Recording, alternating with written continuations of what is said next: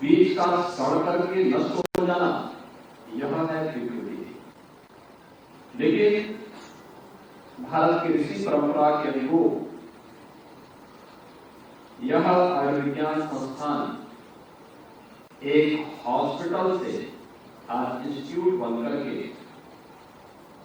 उत्तर प्रदेश के अंदर, उत्तर भारत के अंदर चिकित्सा स्वास्थ्य का एक बेहतरीन केंद्र के रूप में उभर रहा है।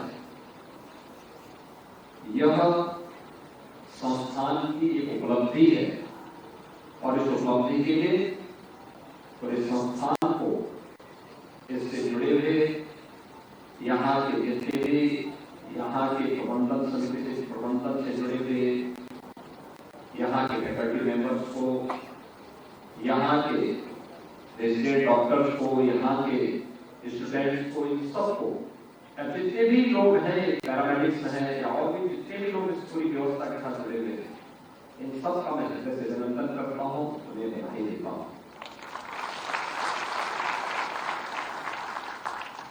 यही है जीवन की यात्रा।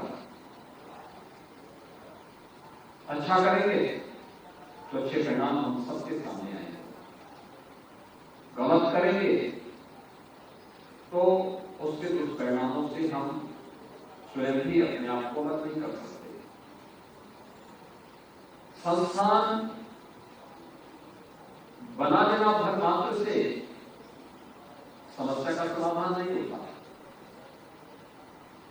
किन हाथों में है और कैसे उसको संचालन होना है। अच्छे हाथों में होगा तो संस्थान फलेगा फूलेगा, एक संस्कृति की तरह आगे बढ़कर के अन्यों के लिए प्रेरणादायी बनेगा और आपके द्वारा किए गए परिश्रम, आपके द्वारा किया गया पुरस्कार का लाभ जनता जनार्दन को ही प्राप्त होगा। उस के भागीदार न केवल संस्थान बनता है बल्कि विभाग और सरकार भी उस के साथ भागीदार बन जाती है। लेकिन अगर संस्थान शासन में धनराशि से संस्थान बन गया, गलत हाथों में चला गया, उसकी दिशा गलत हो गई, उससे मिलने वाले अपयश का भागीदार भी न केवल उससे जुड़े हुए लोग और संस्था, अभी तो विभाग के साथ साथ शासन भी अपयश के साथ बराबर का भागीदार बन जाता है। आम जनमानस के मन में एक पीड़ा झलकती है। संस्थान या किसी भी ऐसी संस्था के द्वारा जो सही दिशा में नहीं बढ़ती है, उसके माध्यम से जो पीड़ा उसे प्राप्त होती है, उसके कारण उसके द्वारा उस समय जिस प्रकार की टिप्पणी की जाती है वही अपयश है। और आज जब हम उत्तर प्रदेश जैसे राज्य की बात करते हैं तो प्रदेश की राजधानी लखनऊ आज उत्तर प्रदेश का सबसे बड़ा केंद्र है, सबसे बड़ी सिटी है। लगभग 70 लाख की आबादी अकेले लखनऊ में निवास करती है। और जब हम आरएलएल की बात करते हैं तो पूर्वी उत्तर प्रदेश का एक गेटवे है।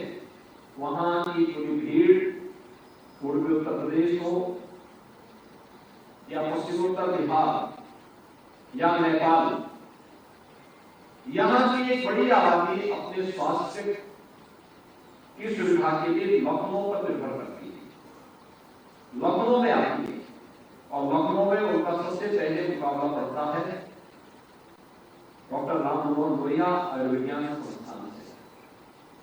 वे संस्थान में आते हैं और इस संस्थान से जो सुविधा उन्हें प्राप्त होती है उस प्रकार की उनकी सकारात्मक या नकारात्मक टिप्पणी हम सबको सुनने को मिलती है।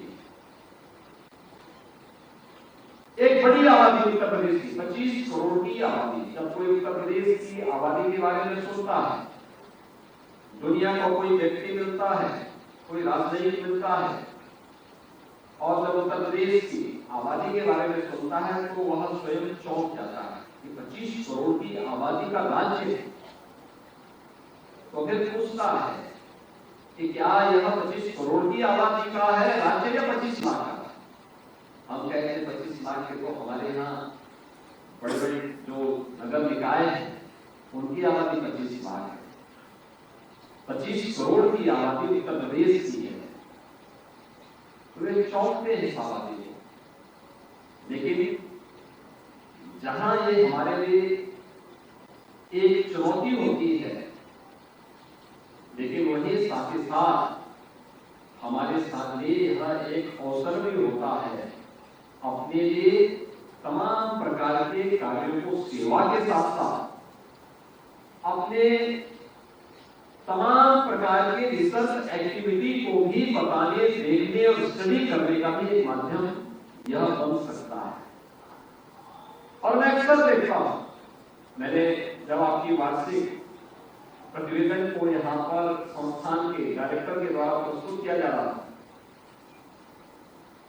तो उन्होंने संस्थान के बारे में एक संक्षिप्त रिपोर्ट यहाँ पे प्रस्तुत की थी और इसके बारे में ब्यौरा भी दिया गया कि संस्थान यूजी, ईजी और फिर सुपर स्पेशलिटी के तमाम विभागों का संचालन आज सफलतापूर्वक कर रहा है।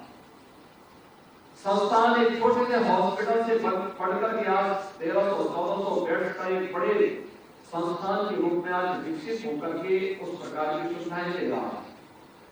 ऑर्गन ट्रांसप्लांट की दिशा में भी संस्थान आगे बढ़ चुका है, उसके परिणाम भी सामने आ चुके हैं। ये सभी चीजें वे अपने प्रतिवेदन के साथ यहाँ पे प्रस्तुत कर रहे थे, अपनी वार्षिक रिपोर्ट में भी प्रस्तुत कर रहे थे कि संस्थान ने और क्या कुछ किया है और आगे की हमारी कार्य योजना क्या है।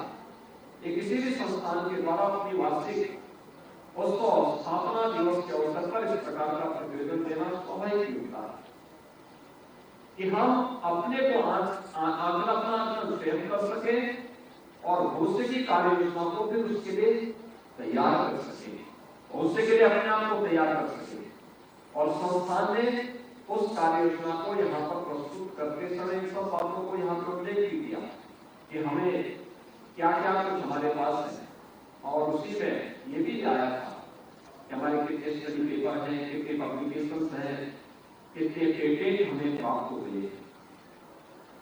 ये आज के दिन की सबसे बड़ी आवश्यकता है। आपके पास जो पेशेंट आता है, और पेशेंट आपने यहाँ पे लगभग 9 लाख पेशेंट ओपीडी में देखे, 50,000 से अधिक ऐसे थे जिनको आईपीडी में आपने यहाँ पर इंडोर फैसिलिटी उपलब्ध करवा करके उनका उपचार करके सफलतापूर्वक फिर उन्हें यहाँ से उपचारित करके उन्हें यहाँ से उनके घर की तरफ प्रस्थान कराया। वार्षिक प्रतिवेदन के साथ आप लोग यानी लाखों की संख्या में लोगों को यहाँ पे उपचार का लाभ दे रहे हैं, और मुझे लगता है अगर उसके डाटा भी हर एक डॉक्टर के द्वारा तैयार करके सभी जितने भी यहाँ के फैकल्टी मेंबर्स हैं उनके द्वारा तैयार होकर के अगर उस पर भी स्टडी हो और फिर उसी स्टडी को आगे बढ़ा करके